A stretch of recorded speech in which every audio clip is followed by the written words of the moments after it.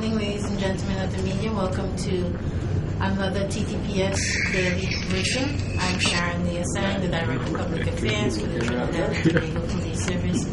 On my right is Lieutenant Colonel Roger Carter, the Assistant Chief Staff Officer, Operations at Defense Force Headquarters.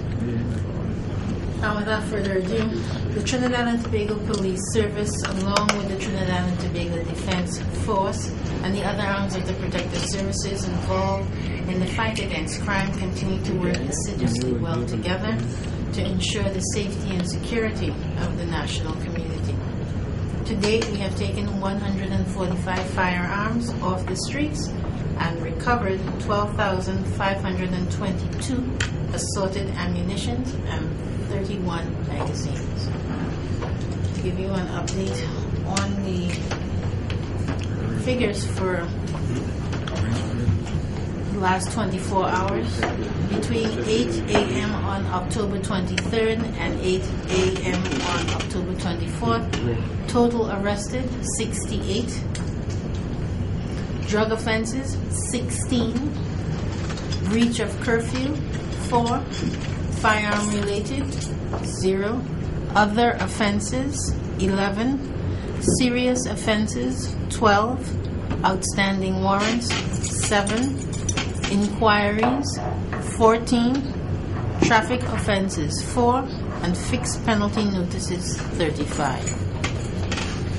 For the period of the state of emergency, we have arrested 5,141 persons, drug offenses 928, other offenses 479, serious offenses 885, homicide investigation 67, breach of curfew 409, inquiries 579, traffic offenses 1,137, ammunition, of course, I called already, 12,522, assorted ammunition, 31 magazines, firearms seized, 145, outstanding warrants, 1,345.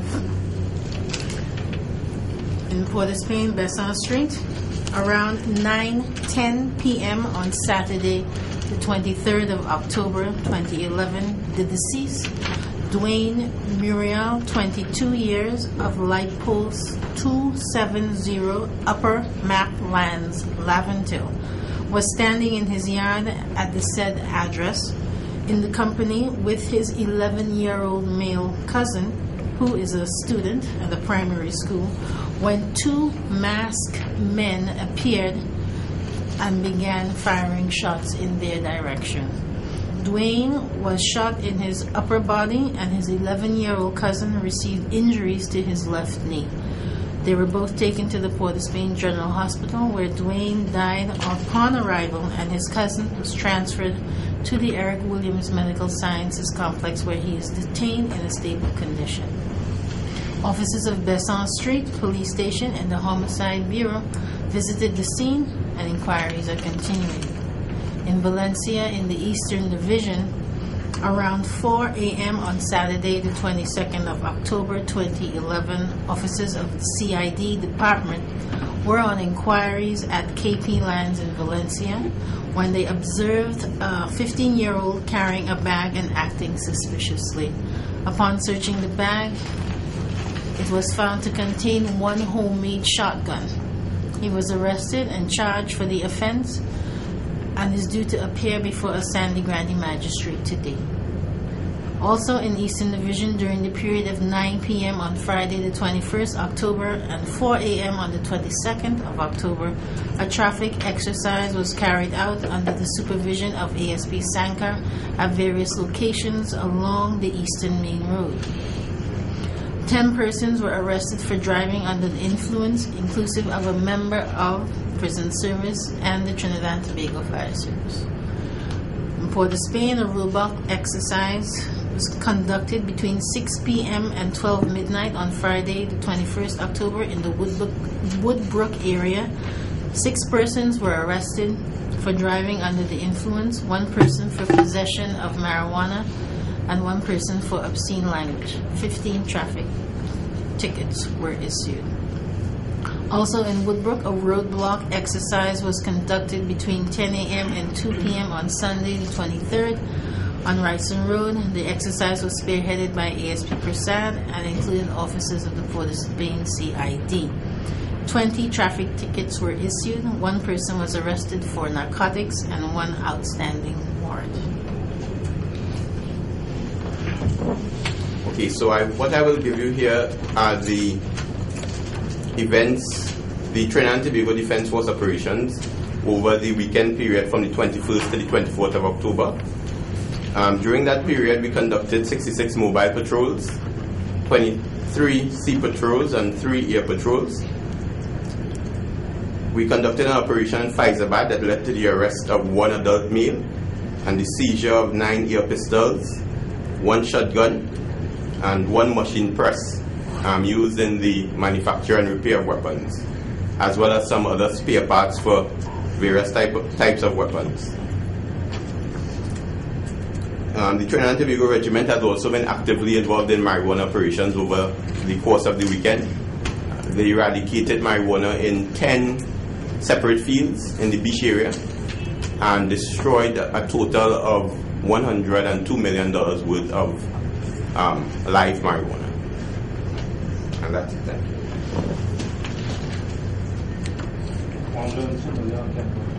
102. So we'd like to open the floor to any questions that you may have. Please use the mic. Just 9 episodes on machine press and shotgun? Yes. As well as some other assorted parts for repairs of different types of weapons. 100? Yes, 1. In that same operation? Yes. How old is this gentleman? I'm sorry, I don't have that information. The marijuana destroyed, what day was that, or is it over a number of days? Well, over the course of Friday and Saturday.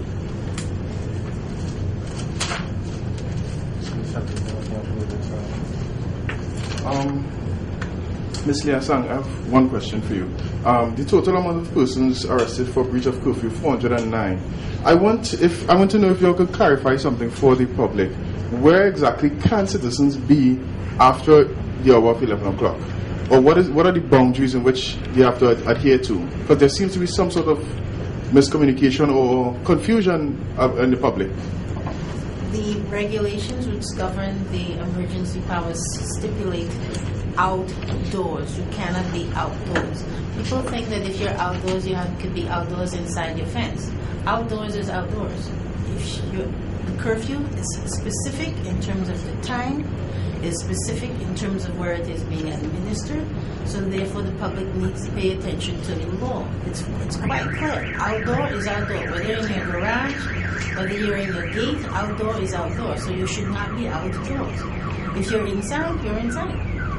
One of the issues with that is they were saying if you're outdoors within your fenced property and there's a roof outside, and then that way you're technically indoors and therefore you can be out of your house in your yard under a roof and not be arrested for breaching the curfew. You can be outdoors and indoors at the same time. That's what they say. I'm just saying, all I'm saying is that you're asking us to interpret the law. The law is very clear in what it says. Outdoors is outdoor. If you're outdoor, you're outdoor.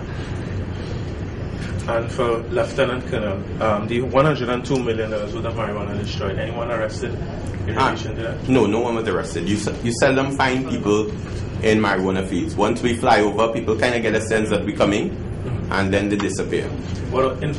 How many trees were destroyed? Hold on, let me see. I'll have to do some quick addition for you.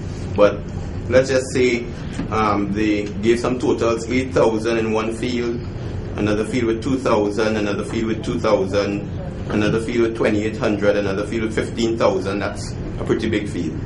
Another field with 12,000, another large one. Okay, in addition to things like crates of seedlings and those kind of things, we are going after locally grown marijuana in a very big way over this next period. So if you do have a marijuana field, I suggest maybe you should stay out of it. These marijuana fields are popping up, well, not popping up, but the destruction of these fields are coming rapidly within the state of emergency, and no one is being arrested for these fines. Somebody has to be planting marijuana. Where is the regiment police getting the information from, and why aren't they holding anyone with these things? Sorry, there's no. The way we do business here is that we normally look at the fields from the air. So you go up in a helicopter, you take a look, and they're very clear. Marijuana needs sunlight, so it has to be in the open generally. So you see them, and then you take their latitude and longitude, and then you go back and you destroy them. So it's a simple process in a sense. Now this is being done, as I said, rapidly. Before the state of emergency, weren't the police and regiment doing these air searches before, or now are they stepping up their game? Well, I think the OCNFB was always involved in marijuana eradication. And at various points in time, the Defense Force has been with a variety of partners, to include the American government, for instance, in our weed eater exercises. When we have the helicopter resources, we do that, and that's the most efficient way, rappelling from a helicopter. Other than that, we walk in on foot, which takes longer, not as efficient, but it still gets the job done. So over time, we have been involved with different degrees of intensity in marijuana operation, but we have been doing it over the years. Has the intensity increased now? Oh yes, most definitely. We are going after every leaf of marijuana in Trinidad and Tobago. Why now and not before? Well, it's a matter of how you apply resources. We've always been involved in some sort of operation, and you'll understand that resources are always limited. So you choose your targets. So now you have limitless resources? No, it's not that. It's just that we've refocused onto that particular operation. So then, what's going forward with this marijuana truck after the state of emergency? What can we expect, and how are you going to probably prevent persons from getting back into these fields and replanting marijuana? What kind of follow-up work is going to be done, basically? Well, I think we'll continue in the marijuana operations business. You have to understand the reason why Trinidad is good for planting marijuana. There's a lot of very difficult to navigate terrain out there. And if you look at the main areas for marijuana planting, it's places like the north coast up in the mountains and the hills between, let's say, Tobago and Grand River, very inaccessible. Beach in the mountainous part, and Maruga, difficult places to move, so that the marijuana planters understand why they use their spots. It's just that we have to do the hard work to get out there and get the job done. So we have been doing that, and by and large, we, as I said, are going to go after everything. Lieutenant Colonel, that's very commendable. But based on my own research, if you make and this might be a question for the police service also, if you take a cursory glance at all the blocks around Trinidad and Tobago, you can get Arizona skunk, you can get a lot of imported weed. In fact, local marijuana is at a premium, and it's very difficult to get local marijuana. Yes. In fact, Malanasha sang a song about it, Cowboy Passing. What kind of grade, you know? So, in relation to what is being done to prevent marijuana from being imported, we haven't had a major drug bust for a very long while. So, well, I beg to differ. I think the police found a lot of marijuana recently in a container. Yes, but that's over 3 weeks ago. But what I'm saying is this: I would like if you all could go into some specific strategies. You see, what happens is that usually we find general comments, we're doing this or doing that. But my question is, if you could get some specific strategies or what is being done to police our maritime borders and what is being done by way of interdiction, please, some specifics. So let me just say, of course, that specific strategies is troublesome. Of course, the last thing I want to do here is to give you specific strategies. I'm sure that the gentlemen who on the other side watch television as well. And I wouldn't like to kind of give away the ball, so to speak. But certainly, let me just say that we are involved on multiple fronts, both in terms of naval interdiction, in terms of air surveillance, and on land, right? So, especially at this time when we have put all of our resources into this particular event, right? We are involved both in the air, on the sea, and on land. to ensure that nothing can get through our particular net. Lieutenant Colonel, I'd like to differ. You all are dropping the board because if you're making 66 mobile patrols, 3 air patrols, and various sorties in the sea, and the regularity of interdictions and the quantum being seized is at best sparse, then you all are dropping the ball. Well, again, I want to beg to differ with that statement. And here's why. It's not too hard to prove. If you go out into, I doubt that you smoke marijuana, but if you were to go out and try to ask somebody the price of locally grown marijuana, you'll find out that it has more than doubled. And the other reason for that is a very simple demand-supply price relationship. But the price hasn't doubled, the quantum has increased for the amount you get. Well, that's my point. But it's at the same thing. So that the point is this. But you will find that Arizona skunk, jam press, and Vinci press is far more expensive than the local product. And there's an abundance of it. Any of people do. Okay, well, we will ask that you can point out some of those blocks to our officers, so therefore we'll be able to make we can make some arrests in those areas to address some of those concerns that you raised. Just now.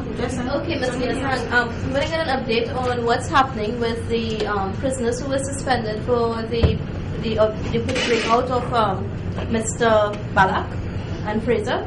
What's happening with that? Investigation is, well, we're still looking for the no, we found it. Right. I'm asking about the officers who were placed on suspension. What's happening? Are they still on suspension? Or? Yes, they are. Okay, and what about the avocado farmer? Is he going to be charged or any action taken against him? Well, inquiries are still continuing. One more question, please. There was a problem with the new facility at it's the new prison facility. What's that? The TTPS Center. Sorry. What's happening with that? With the cost and repairs and so. You will have to ask the Prisons Authority on that one. Okay. Yes, Mr. Hero. Yes, Lieutenant Colonel Carter, can you give us a response re the allegations that a pregnant woman and a girl were beaten in the Valencia area by soldiers recently, and the pregnant woman lost her baby as a result? Can you give us an update on that, please? I'm afraid not. What it was mentioned to me by Captain Alexander, who normally gives these briefings. He also informed me that it's under investigation on our side to see if there's any truth to those particular allegations. But right now, unfortunately, I don't have any credible information to give. When will you be able to furnish us with this information? Well, let me say that I will check on it. I'm supposed to be back here tomorrow. I don't know if I'll get the information by then, but I will try. What about the other cases of soldiers who allegedly have been under investigation or arrested for alleged human rights abuses during this SOE? Okay. As you know, that in addition to the civilian law, we also have military law. And we have a decent record for dealing with issues that come to us and those types of issues. I know that proceedings have started against all of the people who we felt we had sufficient evidence on to prosecute according to military law, and that is being actively dealt with. As to exactly where it is in the process, I can't answer this point, but of course there are things that have to be done. It's not an overnight process, so it's being taken care of. Mr. Liasan, can you give us an update on the Stern John matter? No. Why? Mr. Liasan, the question I asked the Lieutenant Colonel, if you could give me if you can give public rather, some specifics on interdiction of drugs coming into the country, taking into consideration that you haven't had a major interdiction since Point Pieces was over, which was about 3 weeks ago. So if it is that, in addition to just saying that we are patrolling our borders, if you could give the country some specifics without getting too detailed. The Trinidad and Tobago Police Service continues prior to the state of emergency, during the state of emergency that's going on now, and we will continue even after the state of emergency to continue to investigate all matters. It's not just because there's a state of emergency you're going to see an increase in the number of fines or anything like that. Our work continues. We are clear in our mandate, which outlines our responsibility to maintain law and order, preserve peace, protect life and property, prevent and detect crime, apprehend offenders, and enforce all laws and regulations which we are charged. So therefore, the fine and point leases, investigations are continuing, and we expect that other things are going to come out as a result of that. Well, you know, I have to agree with what you say, but that's no comfort to the populace when taking into consideration of the state of emergency. You have had 145 firearms. You haven't had any real major drug interdictions except a few and in between. So I'm asking, maybe if you can tell us, for example, we have beefed up the Organized Crime and Narcotics Unit, or OCNFB, whatever it's called now.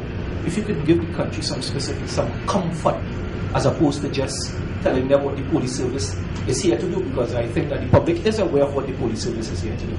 So if you can give us some strategies, please. Well, as the captain said, we cannot tell you what our strategies are. Absolutely. We are almost as though shooting ourselves in the foot. But the public can be rest assured that the police has a heightened presence, not only in the road, not only in the community, but also on our borders. We continue to work closely with Customs and Excise and also our partners in the Defense Force to ensure the safety and security of the citizens of Trinidad and Tobago. Just because we cannot tell you, well, we've increased OCNFB by 15 persons, or we have put out additional 50 vehicles to patrol Shogunas, does not mean that that is not being done. It just means, therefore, that we have to go about our business in a way that does not warn those perpetrators that we're coming after them, but at the same time ensure that our work is being continued. But to the contrary, our feedback in the media is that the public is not resting assured. Well, the public, as I said before, and I continue to say, we depend on the public to be our eyes and ears. And we ask them to continuously to provide us with information, to use all of the numbers, and I'm going to call them out in a minute. Before you call out all the numbers, I will call them out in a minute so that the public can be more aware of those numbers that they can call, and they'll provide us with information, because at the end of the day, there are more law-abiding citizens in Trinidad and Tobago than there are criminals. So therefore, we need to exercise our numbers and ensure that we are able to bring those perpetrators of crime to justice. At the end of the day, we all have a stake, we all have a role to play in ensuring the safety and security of this country. I'm going back to the point which says fine. One more question. After this question. This is the last question. Going back to the point, Lisa fine that you made mention of. A couple of weeks ago, you said that an arrest was imminent. No arrest has been made so far. How imminent is this arrest? Well, an arrest is going to be made. It's just no arrest has been made as yet. As and the investigations continue. As I mentioned last week, we had some. Customs and Excise in Trinidad and Tobago has been meeting regularly and having discussions and meetings with Customs and Excise from Jamaica.